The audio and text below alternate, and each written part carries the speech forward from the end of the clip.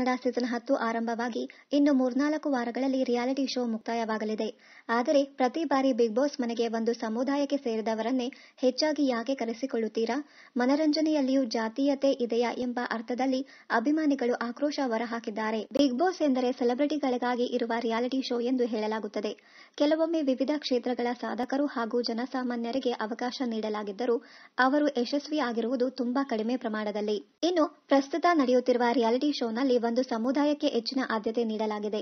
Big boss ಮನೆಗೆ ಆ ಗೌಡ, ಈ ಗೌಡ, ಅಲ್ಲಿ ಗೌಡ, ಇಲ್ಲಿ ಗೌಡ ಅಂತ ಗೌಡರಿಗೆ ಮಾತ್ರ ತೆಗೆದುಕೊಂಡರೆ ನಾವೆಲ್ಲಿಗೆ ಹೋಗಬೇಕಿದೆ ಎಂದು ಆಕ್ರೋಶ ವ್ಯಕ್ತಪಡಿಸಿದ್ದಾರೆ. ಕಂಬಾರ, ಕುಂಬಾರ, ಬಡಿಗೇರ, ಪತ್ತಾರು, ಐಗೋಳು, ಸ್ವಾಮಿಗೋಳು, ಇಳಿಗರು, ಮಠಪತಿಯವರು ಎಲ್ಲಿಗೆ ಹೋಗ್ಬೇಕ್ರಿ?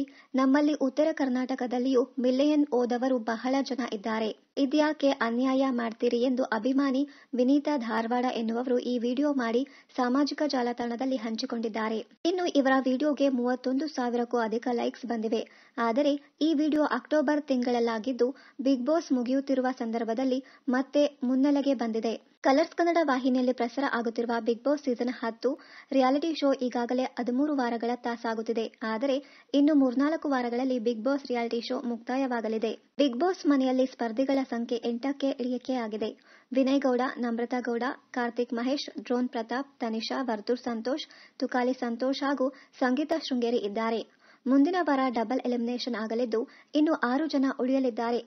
ಫೈನಲ್ ವೇಳೆಗೆ ಇನ್ನೊಬ್ಬರು ಎಲಿಮಿನೇಟ್ ಮಾಡಿ 5 ಜನರನ್ನ ಉಳಿಸಿಕೊಳ್ಳಲಿದ್ದಾರೆ. ಬಿಗ್ ಬಾಸ್ ಸೀಸನ್ 10 ರಿಯಾಲಿಟಿ ಶೋಗೆ ಈ ಹಿಂದಿನ ಎಲ್ಲಾ ಶೋಗಳಿಗಿಂತಲೂ ಹೆಚ್ಚಿನ ಟಿಆರ್ಪಿ ಲಭ್ಯವಾಗಿದೆ. ಇನ್ನು ಕಂಟೆಸ್ಟೆಂಟ್ಗಳು ಕೂಡ ಒಬ್ಬರಿಗೊಬ್ಬರು ಹೊಂದಿಕೊಳ್ಳದೆ ಪರಸ್ಪರ ಕಾಲೆಳೆದುಕೊಂಡೇ ತಮ್ಮ ಬಿಗ್ ಬಾಸ್ ಅಭಿಯಾನವನ್ನ ಮುಗಿಸುತ್ತಾ ಬಂದಿದ್ದಾರೆ. ಪರಸ್ಪರ ಕೆಸರು ಎರಚಾಟದಿಂದಲೇ ಆಟವಾಡುತ್ತಿದ್ದು ಆರೋಪಗಳ ಸುರಿಮಳೆಯೇ ಆಗುತ್ತಿದೆ. ಜೊತೆಗೆ ಹಲವಾರು ವೈಯಕ್ತಿಕ ನಿಂದನೆಯನ್ನ ಮಾಡುತ್ತಿದ್ದು ಅಭಿಮಾನಿಗಳು ಜಗಳವನ್ನ ನೋಡುವುದಕ್ಕಾಗಿಯೇ ಬಿಗ್ ಬಾಸ್ ನೋಡುವಂತಾಗಿದೆ ಎಂಬ ಅಭಿಪ್ರಾಯ ವ್ಯಕ್ತಪಡಿಸಿದ್ದಾರೆ. ಇನ್ನಷ್ಟು ಕನ್ನಡ ಧಾರಾವಾಹಿ, ಸಿನಿಮಾ ಹಾಗೂ ಬಿಗ್ ಬಾಸ್ ಕನ್ನಡ ಸೀಸನ್ 10ರ ಡೈಲಿ ಅಪ್ಡೇಟ್ಸ್ಗಾಗಿ ಚಾನೆಲ್ ಅನ್ನ ಸಬ್ಸ್ಕ್ರೈಬ್ ಮಾಡಿ. Thank you.